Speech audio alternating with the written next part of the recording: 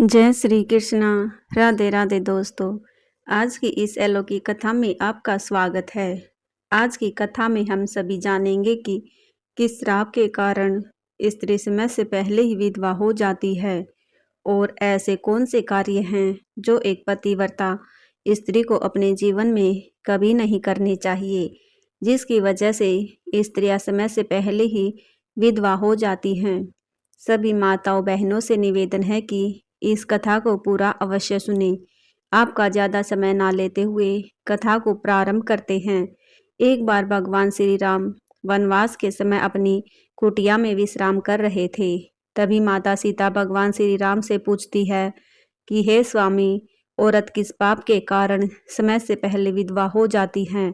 तो भगवान राम कहते हैं, देवी सीता, आज अचानक से तुम मुझसे यह प्रश्न क्यों कर रही हो? तो माता सीता कहती है, प्रभु, आज जब मैं विचरण कर रही थी तो मैंने कुछ स्त्रियों को देखा जो देखने में एक ही उम्र की थी, परंतु उनमें से एक औरत विधवा हो चुकी थी और बहुत दुखी जीवन व्यतीत कर रही थी और बाकी उसी उम्र की औरतें अपने पतियों के साथ सुख से जीवन व्यतीत कर रही थी।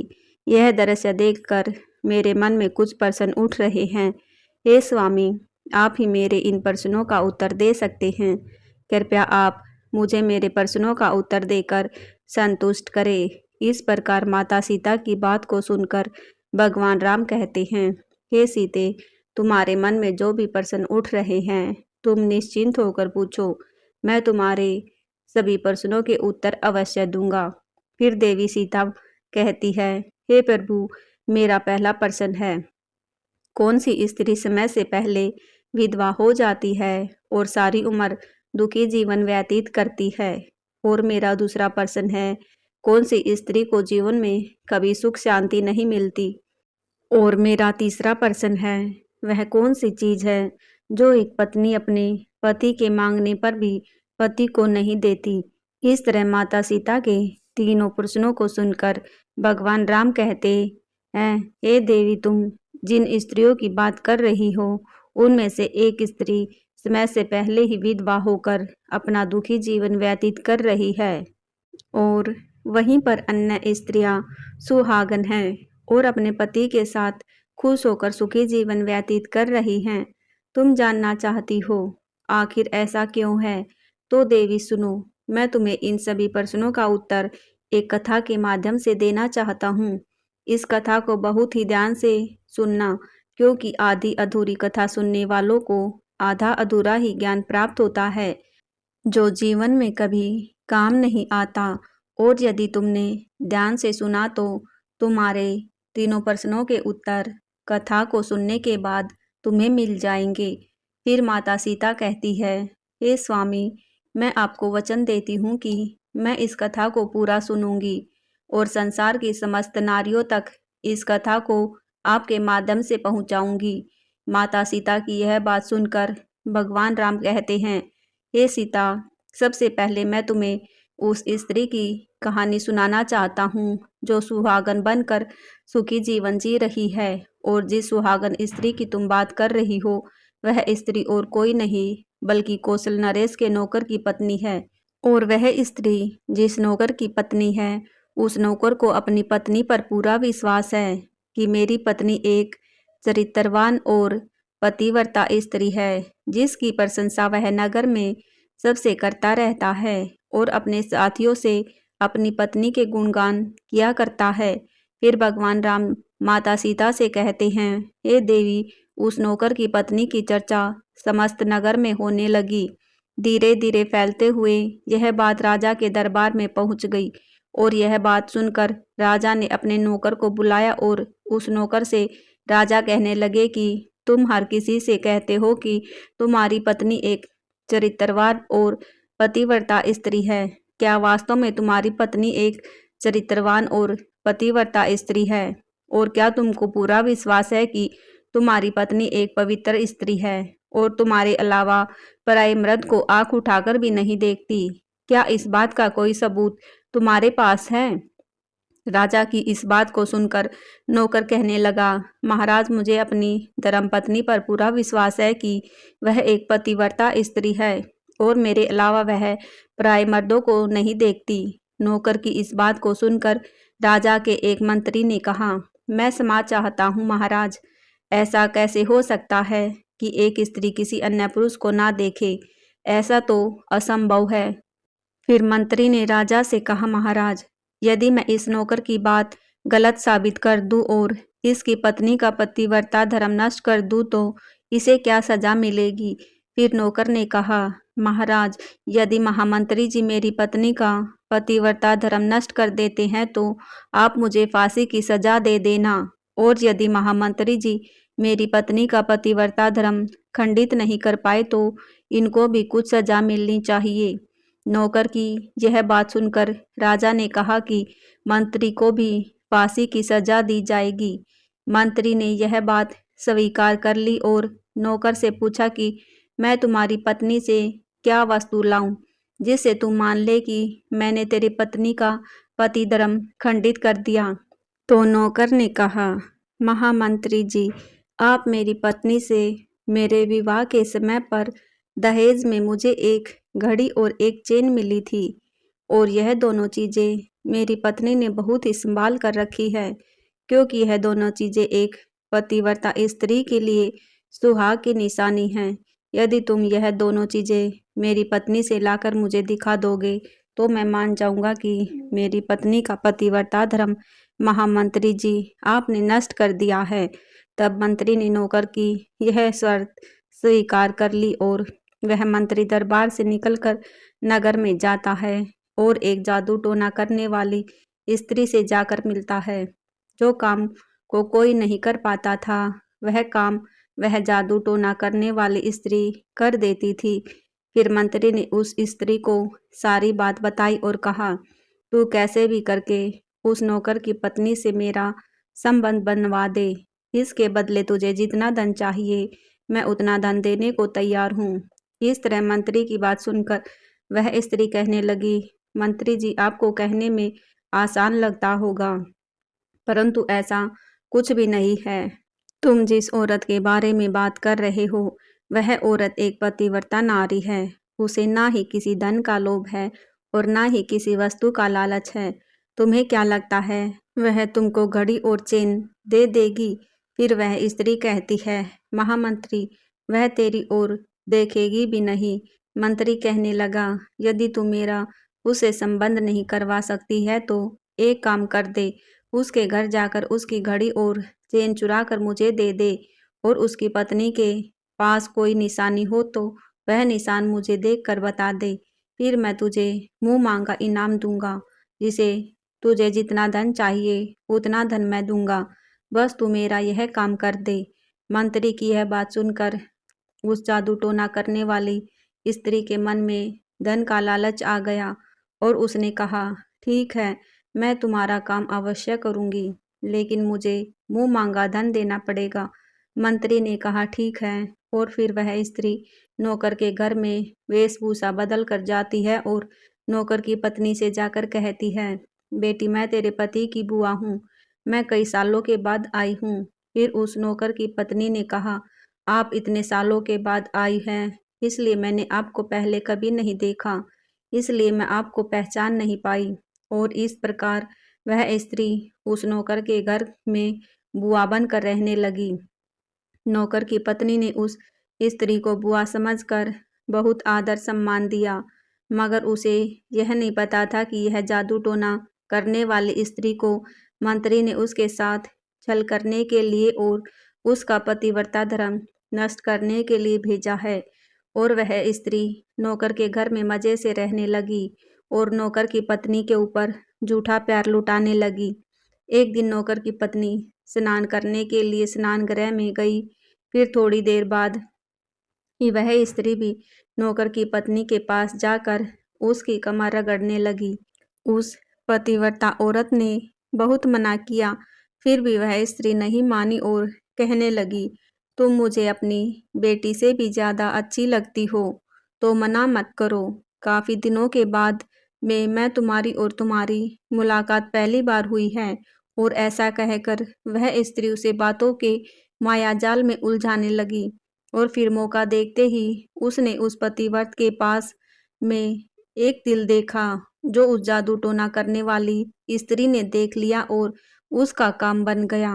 और जब स्नान करने के बाद में नौकर की पत्नी घर के अन्य काम करने लगी, इसी बीच उस स्त्री को घड़ी और चेन चुराने का मौका मिल गया और उसने घड़ी और चेन चुरा लिया और वहां से यह दोनों चीजें चुरा कर भाग गई और सीधा जाकर मंत्री के पास पहुंची और उस मंत्री को घड़ी और चेन दे दिया और उस नौकर की पत्नी के जांघ पर तिल की निशानी है यह भी बता दी।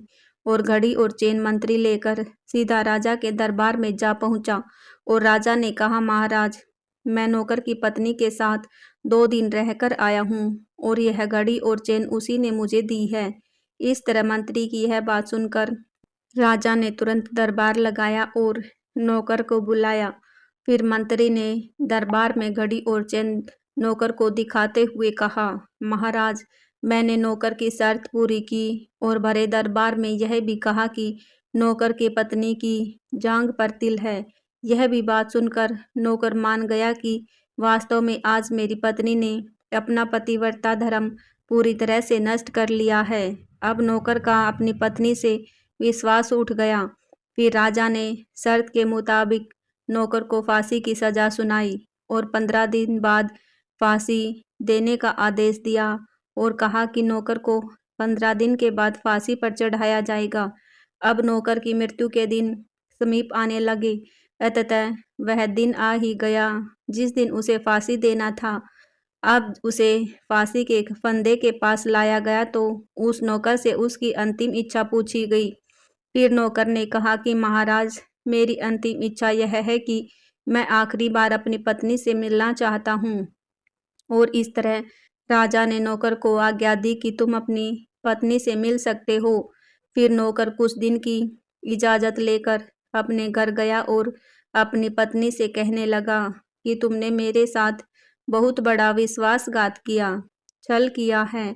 मैंने तुम पर विश्वास करके राजा के सामने मंत्री से ऐसी शर्त लगाई थी और राजा के दरबार में मैंने कहा था कि मेरी पत्नी एक चरित्रवान और पतिव्रता स्त्री है और उसके पतिव्रता धर्म को कोई नष्ट नहीं कर सकता।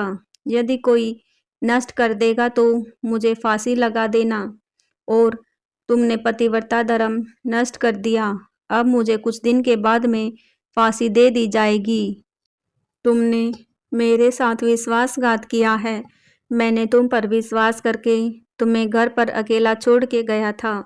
नौकर की यह बात सुनकर उसकी पत्नी ने उसे उस स्त्री की बात बताई जो उसके पति की बुआ बनकर उसके घर पर आई थी। मगर नौकर को अपनी पत्नी की बातों पर बिल्कुल भी विश्वास नहीं हुआ और नौकर राजा के दरबार में पहुंच गया। फिर राजा ने किसी कारणवश उस नौकर की फांसी की सजा को कुछ दिन के लिए टाल दिया और उसे कैद में डलवा दिया। नौकर की पत्नी अपने पति को निर्दोष साबित करने के लिए राज दरबार में नाचने गाने वाली औरत की वेशभूषा धारण करके पहुंच जाती है और राजा से उसके सम्मुख अपना नृत्य दिखाने की आज्ञा मांगने लगी। राजा ने स्त्री की सुंदरता देखकर नाचने की आज्ञा दे दी। फिर महल के नौकरों ने उसके नृत्य के लिए व्यवस्था की। फिर उस नौकर की पतिव्रता पत्नी ने जब नाचना शुरू किया तो उसका नाच देखकर राजा बहुत मोहित हुए और फिर राजा ने कहा, मैं तुम्हारे नृत्य से बहुत प्रसन्न हूँ। मांगो, तुम जो भी मांगोगी मैं तुम्हें दूंगा। फिर उस नौकर की पत्नी ने कहा, महाराज, आपकी सभा में एक चोर है जिसने मेरी सोने की अंगूठी चुराई है और उसे फांसी की सजा दे दीजिए। यह बात सुनकर राजा ने कहा, ठीक है, बताओ मेरे दरबार में तुम्हारा चोर कौन है, मैं उसको फांसी की सजा जरूर दूंगा। और फिर उस नौकर की पतिव्रता स्त्री ने कहा, महाराज, और कोई नहीं, आपके मंत्री ने ही मेरी अंगूठी चुराई है, आप इनको फांसी की सजा दे। जैसे ही मंत्री ने सुना कि यह स्त्री मुझे चोर बता रही है तो तुरंत मंत्री कहने लगा, महाराज मैं शपथ खाकर कहता हूँ कि मैंने इसकी अंगूठी नहीं चुराई है और मैंने इसे आज तक कभी देखा ही नहीं है, तो मैं इसकी अंगूठी कैसे चोरी कर सकता हूँ। मैंने आज तक इसकी शक्ल ही नहीं देखी है, आज पहली बार मैं इसकी शक्ल देख रहा हूँ। जैसे ही मंत्री ने कहा कि मैंने इस स्त्री की आज तक शक्ल ही नहीं देखी है, तो वह पतिव्रता औरत अपने वास्तविक वेशभूषा में आ गई और कहने लगी, महाराज इस मंत्री ने मुझे पहले कभी देखा ही नहीं, तो आप इससे यह पूछो कि यह घड़ी और चैन कहाँ से लाया है। और मैं उसी नौकर की पत्नी हूँ जो आपके यहाँ पर नौकरी करता है और आप मेरे निर्दोष पति को फांसी पर चढ़ाने वाले हैं, इसलिए मुझे यहाँ इस नाचने वाले की वेशभूषा में आपके दरबार में आना पड़ा। मैं आपको इस मंत्री की पूरी सच्चाई सुनाती हूँ। यह जो आपका मंत्री है, इसने मेरे पास में एक जादू टोना करने वाली स्त्री को मेरे पति की बुआ बनाकर भेजा था और उसने धोखे से मेरी जांग के तिल का पता लगाया और उसी स्त्री ने यह घड़ी और चेन चुरा कर इसको दे दिया और आपके मंत्री ने इसके बदले उसको बहुत सारा धन दिया है। मेरे साथ भी यही छल हुआ है। महाराज मैं आज भी पतिव्रता हूँ। स्त्री की इस बात को सुनकर राजा ने उस स्त्री को बुलाया। फिर उस स्त्री ने राजा के डर से मंत्री की सारी सच्चाई राजा को बता दी, जिससे राजा ने उस नौकर को अपनी कैद से रिहा कर दिया और उसकी जगह मंत्री को फांसी पर चढ़ा दिया। और कथा को आगे बताते हुए भगवान राम कहते हैं, हे सीते, इस प्रकार उस नौकर की पतिव्रता स्त्री ने अंत में राजा से कहा, महाराज मैं अपने पति से बहुत प्रेम करती हूँ। मैं एक चरित्रवान स्त्री हूँ और मैं कभी भी अपने मुंह से अपने पति का नाम तक नहीं लेती हूँ। इस प्रकार भगवान राम कहते हैं, हे सीते, कथा पूरी हो गई। अब तुम अपने तीनों प्रश्नों के उत्तर सुनो। तुम्हारा पहला प्रश्न था, कौन सी स्त्री समय से पहले विधवा हो जाती है? तो जो स्त्री अपने मुख से अपने पति का नाम लेती हैं और उनको हमेशा नाम से ही बुलाती हैं, वे स्त्रियां समय से पहले ही विधवा हो जाती हैं और बिना पति के दुखी जीवन व्यतीत करती हैं। क्योंकि यदि कोई स्त्री अपने पति का नाम मुंह से लेती है तो पति की उम्र कम हो जाती है और समय से पहले ही उस स्त्री के पति की मृत्यु हो जाती है और स्त्री समय से पहले ही विधवा होकर एक दुखी जीवन जीती है। बस यही कारण है कि तुम जिन स्त्रियों की बातें कर रही थी, उनमें से एक विधवा इसी कारण से हुई है और उनमें से एक नौकर की पत्नी थी जो पतिव्रता स्त्री थी। यह स्त्री कभी भी अपने पति का नाम मुंह से नहीं लेती थी, जिसके कारण वह आज भी सुहागन है और सुखी जीवन व्यतीत कर रही है। और वह स्त्री जो समय से पहले विधवा होकर दुखी जीवन जी रही है, वह हमेशा अपने पति को नाम लेकर बुलाती रहती थी, जिसके कारण उनके पति की उम्र कम होती चली गई और फिर उसके पति की मृत्यु समय से पहले ही हो गई। आज वह औरत दुखी जीवन जी रही है। इसलिए किसी भी स्त्री को अपने पति का नाम अपने मुंह से नहीं लेना चाहिए। तुम्हारा दूसरा प्रश्न था, कौन सी स्त्री को जीवन में कभी सुख नहीं मिलता है? वह पति के होते हुए भी सदा दुखी जीवन जीती है। तो समझ लो, जो स्त्रियां अपने पति के बिना अनुमति लिए कहीं भी चल देती हैं, वे कभी सुखी जीवन नहीं जी पाती हैं। ऐसी स्त्रियां जीवन भर दुखी ही रहती हैं और उन्हें पति का प्रेम कभी नहीं मिलता। फिर भगवान राम सीता से कहते हैं, तुम्हारा तीसरा प्रश्न था कि ऐसी कौन सी चीज है जो एक पत्नी अपने पति को मांगने से भी नहीं देती है? तो समझ लो, वह चीज गाली है जो एक संस्कारी और चरित्रवान स्त्री कभी भी अपने पति को नहीं देती है। और जो स्त्रियां अपने पति को गाली देती है, वह स्त्रियां कभी चरित्रवान नहीं होती और ऐसी स्त्रियां जीवन भर दुखी रहती हैं। उसके जीवन में कभी सुख नहीं आता और समय से पहले ही ऐसी स्त्रियां विधवा हो जाती हैं। इस प्रकार माता सीता कथा सुनने के बाद अपने तीनों प्रश्नों का उत्तर पाकर संतुष्ट हो जाती है और कहती है, क्या प्रभु वास्तव में जो स्त्री चरित्रवान होती है वह कभी दुखी जीवन नहीं जीती है। तो भगवान राम कहते हैं नहीं, क्योंकि ऐसे घर में लक्ष्मी का सदा वास होता है और वह घर धन दौलत और खुशियों से हमेशा भरा रहता है। और चरित्रवान स्त्रियां हमेशा घर को स्वर्ग बना देती हैं। तो दोस्तों, आज की यह कथा कैसी लगी कमेंट बॉक्स में ज़रूर बताइए। अगर यह कथा आप सबको अच्छी लगी हो तो कमेंट में जय श्री राम अवश्य लिख देना और वीडियो को लाइक करके चैनल को सब्सक्राइब कर देना। वीडियो देखने के लिए आप सभी का धन्यवाद।